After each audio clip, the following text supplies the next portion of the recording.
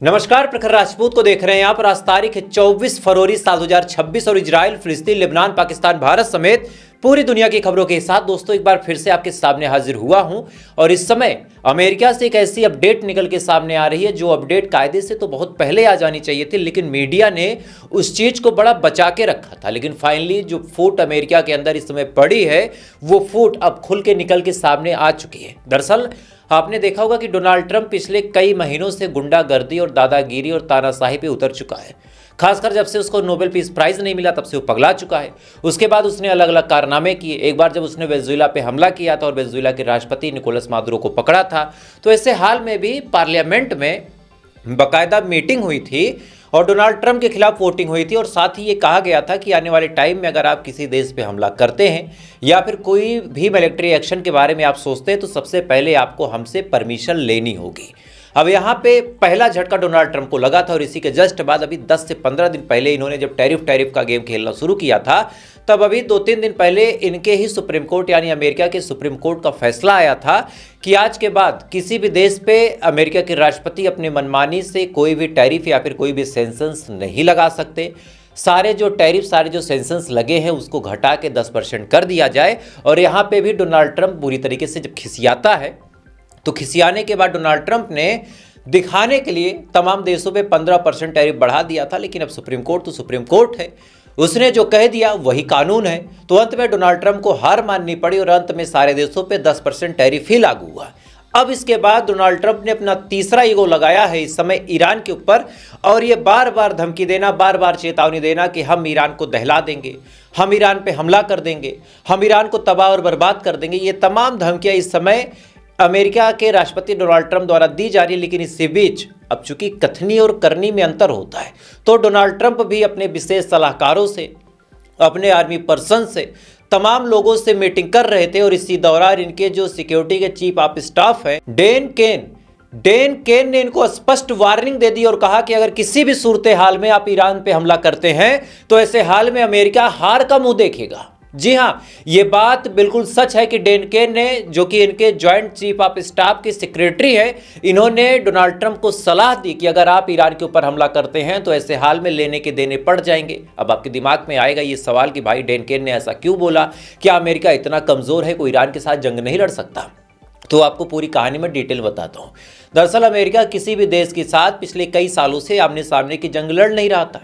ऐसे हाल में अमेरिका के ऊपर कोई खतरा भी नहीं था, तो अमेरिका के पास जो भी हथियार थे उनके नाम तो थे, बनाने का फॉर्मूला भी था, लेकिन मास लेवल पे प्रोडक्शन नहीं हुआ था। क्योंकि जो प्रोडक्शन इनका पहले से स्टॉक भरा था, कुछ करके इन्होंने इसको इजराइल को दे दिया, कुछ करके इन्होंने इसको यूक्रेन को बेच दिया। और ऐसे हाल में आज इनके पास हथियारों की कमी है। और यही चीज डैन केन ने देखी और डैन केन ने साफ तौर पे समझाया डोनाल्ड ट्रंप को कि देखिए, हमला आप बहुत तेज करेंगे, अमेरिका जब हमला करेगा तो यह भी बात साफ है कि ईरान को ठीक ठाक नुकसान होगा। लेकिन अगर गलती से ईरान ने पलटवार किया और ये जंग 3-4 दिन से ज्यादा लंबी खींच दी जाती है तो ऐसे हाल में हमारे पास कुछ भी नहीं है। यानी जितनी भी हमारी ताकतें हैं, जितनी भी हमारी मुस्तैदी और मजबूती, वो केवल 3 से 4 दिनों के लिए है। बाकी हमारे पास ना कोई ताकत है, ना ही हमारे पास कोई ज़्यादा लंबा बैकअप है। और ऐसे हाल में ईरान से हमें हार का सामना करना पड़ सकता है। और इस वजह से आपसे रिक्वेस्ट है ट्रंप साहब कि आप हमला ना करें। अब ये बात जब डैन केन ने बोली तब डोनाल्ड ट्रंप को ये बातें समझ में आई कि हाँ यार, ये गलती तो हमसे हुई है। हमने ना तो मिसाइल की प्रोडक्शन पे ध्यान दिया, ना ही हमने कोई खतरनाक हथियार बनाया, ना ही हमारे पास कोई और बैलिस्टिक मिसाइल है। हमारे जो एयरफोर्सेज के फाइटर प्लेन है वो भी 10-15 मिसाइल लेके उड़ सकते हैं, उसके बाद इनको रिफिल करने के लिए अंदर आना होगा। तो ऐसे हाल में जब हमारे पास मिसाइल ही नहीं होगी तो हम इसको कैसे लॉन्च करेंगे और क्या देख के हम लड़ेंगे? बस यही बात इस समय डैन केन ने बोली है।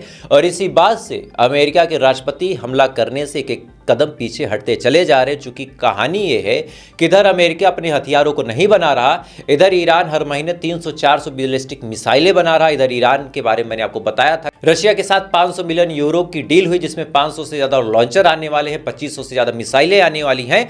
और ऐसे हाल में ईरान की ताकत दोस्तों लगातार बढ़ती चली जा रही है, अमेरिका की ताकत उसी स्तर पर गिरती चली जा रही है। और ऐसे हाल में पैरेलली आप समझें तो अमेरिका के लिए ये जंग लंबा खींचना मुश्किल है। और सेम न्यूज इस समय इजराइल की इंटेलिजेंस ने भी बोली है।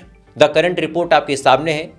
एक बड़ा माना जाना न्यूज़ आर्टिकल ये छापने वाला अखबार है द करंट न्यूज़ के हवाले से मैं आपको बता रहा हूँ। इसमें आप साफ तौर पे पढ़ सकते हैं कि इजरायली इंटेलिजेंस ने ये दावा किया है कि भले ही जेरल्ड आर फोर्ड पहुंच गया हो, भले ही अब्राहम लिंकन पहुंच गया हो, भले ही इनके F-35, F-22, F-16 और तमाम इनके जो रैप्टर प्लेन है वो पहुंच चुके हों, लेकिन इसके बावजूद भी जो आर्मी की तैयारी है, जो एयरफोर्स की तैयारी, वो केवल और केवल 4 से 5 दिनों तक, चलिए हद से ज़्यादा हम मान लेते हैं 1 हफ्ते तक ही लड़ने में कैपेबल है। लेकिन अगर ईरान 1 हफ्ते से ज़्यादा जंग को लंबा खींच ले जाता है तो ऐसे हाल में लड़ना लगभग असंभव हो जाएगा और ऐसे हाल में अमेरिका और इजराइल की हार फिक्स है।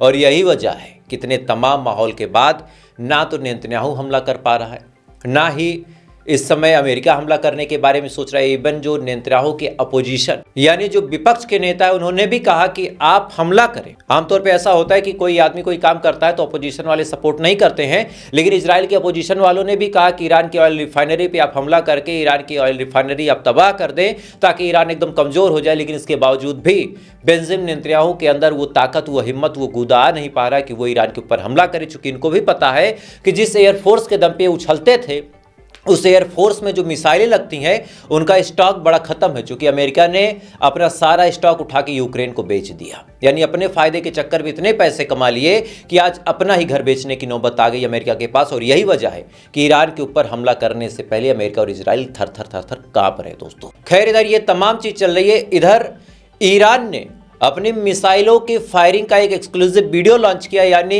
जले पे नमक छिड़कने वाला काम अगर कोई कर रहा है तो वो ईरान ही कर रहा है। मैं चाहूंगा कि एक्सक्लूसिव वीडियो आप भी देखें पहले।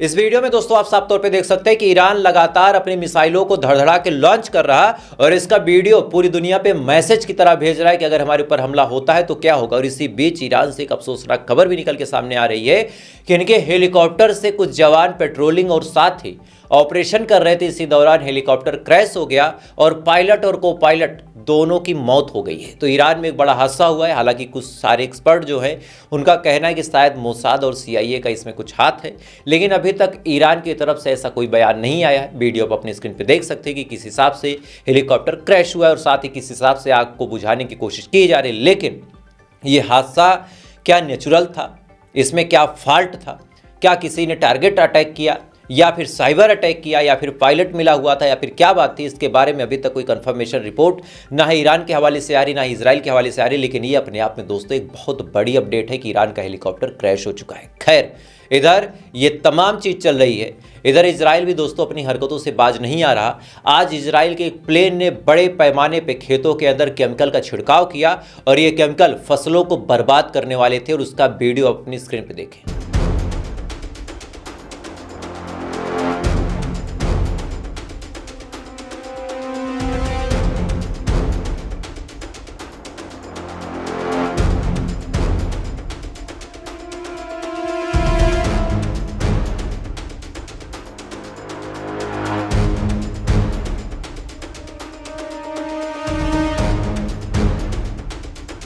इस वीडियो में दोस्तों आप साफ तौर पे देख सकते हैं कि किस हिसाब से इस समय जो इजराइल है वो फिलिस्तीनियों की फसलों को तबाह करके उनको भूखे मारने की साजिश कर रहा है। और इसी बीच कुदरत भी फिलिस्तीनियों पे जुल्म और सितम ही ढा रही है। यानी मुसीबत आती है तो हर तरफ से आती है। एक तरफ इजराइल परेशान कर रहा और दूसरी तरफ कुदरत भी। दरअसल आज गाजा के टेंटों के ऊपर इतना पानी बरसा है कि सारे टेंट बह चुके हैं और जो लोग जैसे तैसे करके वहाँ सर्वाइव कर रहे थे, जो लोग जैसे तैसे करके वहाँ पे ज़िंदगियाँ बचा रहे थे, वो तमाम लोगों को अब हाइपोथर्मिया का खतरा है। चूँकि ये लोग भीग चुके हैं, लगातार बारिश हो रही है, इनके कपड़े भीग चुके हैं। जाहिर सी बात है अगर कोई लड़की है तो बिना कपड़ों के रह नहीं सकती, शरीर पूरा ढका होना चाहिए। और कपड़े अगर भीगे हों और भीगे कपड़ों को आप ठंड के मौसम में पहनेंगे तो आपके साथ क्या होगा बताने की जरूरत नहीं है। आप स्वयं समझदार हैं कि क्या चीज़ें आपके साथ हो सकती है। खैर, इधर पूरी दुनिया में ये तमाम चीज़ चल रही है, लेकिन आने वाला 2 दिन बहुत ज़्यादा इंपॉर्टेंट होगा, क्योंकि भारत के प्रधानमंत्री मोदी साहब भी इजराइल के दौरे पे जाने वाले हैं। वहाँ पे कुछ बातें होनी है। एक तो मोदी साहब किससे क्या बात करते, क्या डील करते हो, मुझे समझ नहीं आता। साफ तौर पे आपको बताऊँ तो भारत ने अब एक ऐतिहासिक कदम उठाने का फैसला किया। दरअसल भारत अब रशिया से Su-57 खरीद सकता है, चूंकि पाकिस्तान लगातार न्यूक्लियर वेपन टेस्टिंग कर रहा है। ऐसी खबर अमेरिका से निकल के आई है। साथ ही चाइना लगातार 600 से ज़्यादा न्यूक्लियर वेपन बना चुका है। सारे देशों के पास 5th generation 4th generation fighter jet है, भारत के पास नहीं है। और ऐसे हाल में अमेरिका के साथ अपने नुकसान की ट्रेड डील करके हमें अंत में रशिया के पास जाना पड़ रहा है। रिपोर्ट आपके सामने, आप देख सकते हैं कि भारत रशिया के साथ Su-57 खरीद सकता है। और बड़ा सवाल दोस्तों ये निकल के सामने आता है कि अगर यही करना था मोदी साहब, तो ये काम आप पहले ही कर लेते हैं। लेकिन दिक्कत की बात यह है कि ना तो आप अपोजिशन की बात सुनना चाहते हैं, ना ही आप सवालों का जवाब देना चाहते हैं, ना ही आप प्रेस कॉन्फ्रेंस करना चाहते हैं। सवाल भी आपसे पूछा जाता है तो क्या कि आप आम चूस के खाते हैं या काट के। तो ऐसे हाल में फिर आपकी ईमानदारी पे शक होता है। और ये तमाम बातें आज राहुल गांधी ने भी उठाई, और मुझे लगता है कि एक बार इसके बारे में आपसे शेयर जरूर करना चाहिए। तो राहुल गांधी ने क्या कुछ कहा, थोड़ा सा सुने आप। बीजेपी के कार्यकर्ताओं, आरएसएस के कार्यकर्ताओं, आप अपने प्रधानमंत्री की आंखों में देखो, आपको डर दिखेगा। पार्लियामेंट में नहीं आ पाए और कारण नारावाने नहीं थे, कारण एप्स्टीन था, कारण अदानी पर केस था। नरेंद्र मोदी जी, अहिंसा और लोकतांत्रिक विरोध देश की बुनियाद है। गांधी जी और भगत सिंह ने यह रास्ता दिखाया है, इससे आप इतना क्यों डरते हो? आप शर्म की बात करते हो। शर्म की बात मैं आपको बताता हूँ। आपने अमेरिका के साथ जो किया है, ये शर्म की बात। देश को आपने बेचा है। पहली शर्म की बात, जो यूएस के साथ आपने ट्रेड डील की है, जिसमें हिंदुस्तान को कुछ नहीं मिला और हमारा पूरा देश आपने अमेरिका को बेच दिया है। हमारे देश का डेटा दे दिया, किसानों को खत्म कर दिया, टेक्सटाइल इंडस्ट्री बर्बाद कर दी। ये शर्म की बात। दूसरी शर्म की बात, एप्स्टीन जो पीडोफाइल है, उसकी फाइलों में, उसकी ईमेल में आपका नाम, आपके मंत्रियों का नाम और आपके दोस्तों का नाम, तीनों का एक साथ आ रहा है। ये है दूसरी शर्म की बात। और तीसरी शर्म की बात, अदानी पे जो केस चल रहा है, पूरा देश जानता है कि वो अदानी पर नहीं, बीजेपी और आपके फाइनेंशियल आर्किटेक्चर पर केस है। और पूरा देश जानता है, पूरी रात आप सो नहीं पाते हो जब आप सोचते हो कि अदानी केस का क्या होगा। मोदी जी, जो आप अपने मित्रों के लिए, अनिल अंबानी, अदानी, और अपने लिए उचित समझते हो, वो आप करो। हम देश की रक्षा करते हैं, हम किसानों की रक्षा करते हैं, हम मजदूरों की रक्षा करते हैं, स्मॉल एंड मीडियम इंडस्ट्री की रक्षा करते हैं और देश की डेटा की रक्षा करते हैं। हम संविधान के लिए लड़ रहे हैं। कांग्रेस पार्टी के बब्बर शेरों, कार्यकर्ताओं, आपको डरना नहीं है, एक कदम पीछे हटना नहीं है। धन्यवाद, नमस्कार। इस वीडियो में दोस्तों आप साफ तौर पे सुन सकते हैं कि राहुल गांधी ने एप्स्टीन फाइल के नाम पे नरेंद्र मोदी को किस कदर घेरा है।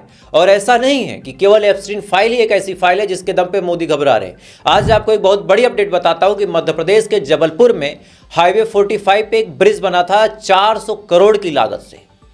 400 करोड़ की लागत से यह ब्रिज बना था। 3 साल जैसे इस ब्रिज के होते हैं, धड़धड़ा के ब्रिज ढह जाता है। और उसका वीडियो आप देखें। किया था, एक ब्रिज पहले गिर चुका था, दूसरी तरफ आज गिरा है। इसके लिए पहले एसडीएम को बताया गया, यहाँ के शासन प्रशासन को बताया गया कि दूसरा तरफ का भी ब्रिज चेक की दम पे चल रहा है, लेकिन शासन प्रशासन ने कोई सुध नहीं ली। दूसरा ये देखिए आप, पूरा बहुत बड़ा हादसा होने से बचा। किनारे से निकल गई और बहुत सारे लोगों की जान बच गई। भगवान का शुक्र है लोग बच गए। लेकिन ये देखिए आप, भाजपा का भ्रष्टाचार गिर गया। ज्यादा से ज्यादा 2-3 साल और होंगे।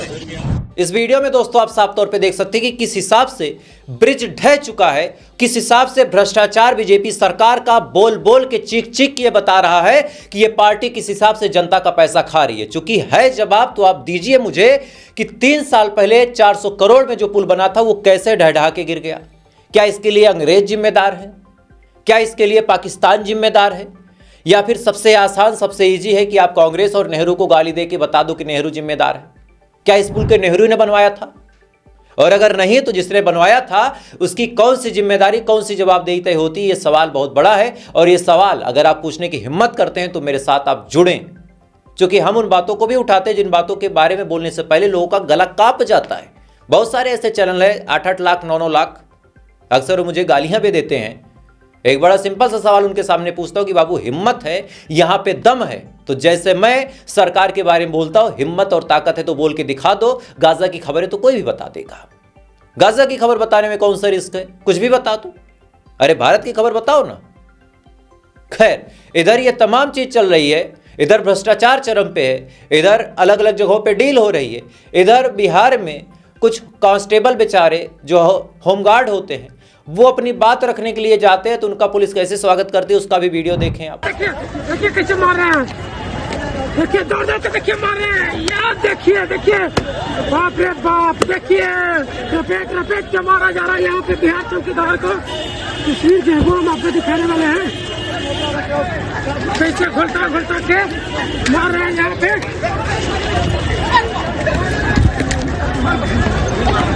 देखिए मार रहे हैं, देखिए फिर से दौड़ चुके हैं यहाँ पे, खूब पिटा गया। देखिए तस्वीर दिखाने वाले हैं, देखिए बाप रे बाप, किस तरीके से मार रहे हैं यहाँ पे। दिखाया चारों तरफ से लाठी है, देखिए कैसे कितना मारा जा रहा है इनको।